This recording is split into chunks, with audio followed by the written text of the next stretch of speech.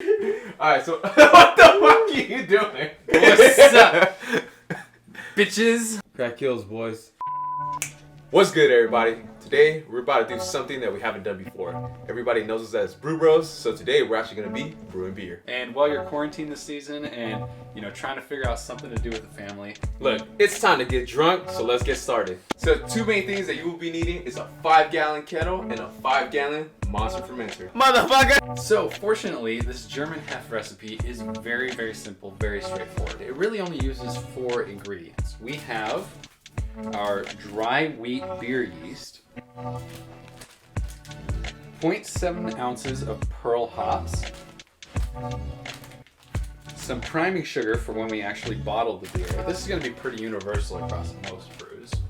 And finally, our Bryce malt wheat extract. This is going to be the sugar and the food that the yeast are going to use to give us what we know and love. So, to get this started, here we have our 5-gallon kettle filled with 2.5 gallons of water.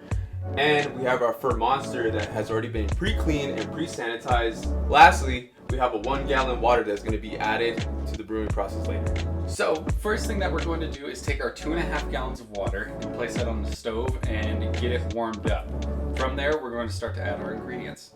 So we've placed our 2.5 gallons onto the stove and are actively heating it up. We're going to be looking for it to heat up just enough where it starts bubbling a little bit, but we don't want it to be a rolling boil. Once it starts bubbling, we're going to be adding our wheat extract. And so with that, it is going to take a second here. We're going to hang out. It is very important to monitor the way that this pot is because, like I said, it's a very specific temperature that we're looking for. Not a rolling boil, but we're also looking for... At this point, we're going to turn off the heat and start to add the malt extract while stirring it in with a spoon. As you can see, it's pretty syrupy.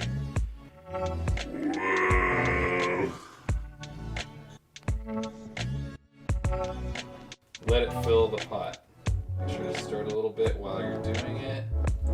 Just let it soak into the water. It's very thick. That's what she said. Which is why I want it to be warm. As we get everything going. So now we're going to add 1 more gallon of water into the pot and then turn it into what's called Wort.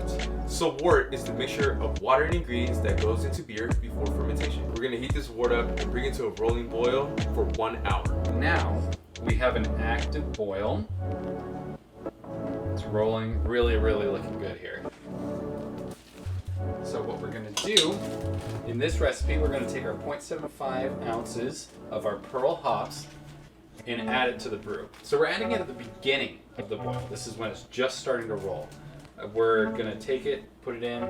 These hops are going to add a lot of the body to the beer. If we add it a little bit later, it adds to the aroma. But because we're going for a hef, we're not looking for way too many hops. It's not like an IPA or a Pale Ale or something like one of those hoppier beers that we're used to. You can immediately see how they dissolved and how these hops really, really show up. And we're going to let that boil for an hour, exactly. Making sure to stir it, and we don't want it to boil over. So make sure that you monitor it when you're at this stage in the brewing process. We've let it boil for 60 minutes. What I'm doing now is turning off the stove, taking it out, and this wort is good to go. We transferred our wort outside. At this point, everything is still hot. Unfortunately, yeast cannot survive at a temperature like that, so we had to find a way of cooling it down. For those of you out there brewing at home, you can just let it sit for a little while and naturally cool until it's cool to the touch. We've taken a step further and have this coil cooler. We're going to be able to add this into this wort and let water run through it in order to cool it down just a little bit quicker. Now we're actively running water through this coil in order to pull the heat out of the wort. As we cool this down, we lose that safety of the heat in order to kill all the other bacteria. So we got to make sure this lid's on and everything stays out as much as we can.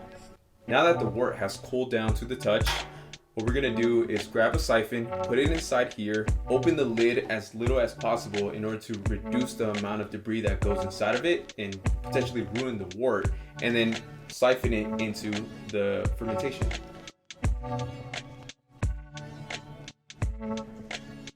So now that we've got everything in the fermentation tank, this yeast is going to take all of that sugar that we have in the wort and turn that into alcohol and all the things that we love in beer. But as a byproduct, it produces CO2. So we're going to put this cap on it that allows gas to escape, but nothing to get in. Now that we have everything sealed up in the fermentation tank, we let this sit for 2 weeks and come back. One eternity later. So after 2 long weeks, the fermentation process is finally over.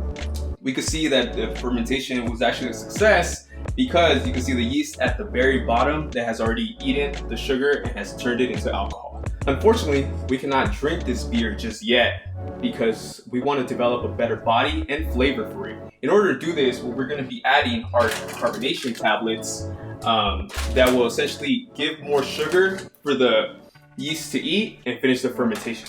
So before we start bottling, we want to make sure that everything is sanitized because sanitation is #1 priority. So what we have here are all the caps, the capper, the bottles, the siphon, then everything else that will be touching the beer. We want to make sure that it's clean in order to avoid any type of contaminants entering the beer whilst finishing the fermentation process. So we're going to connect the hose to the nozzle, and then with the other end, we're going to slide it down inside of the beer and then turn it on. Once all the beer has filled to the very top, we're going to add 2 carbonation tablets inside of it in order to add more sugar for the fermentation process, and then we're going to cap the beer.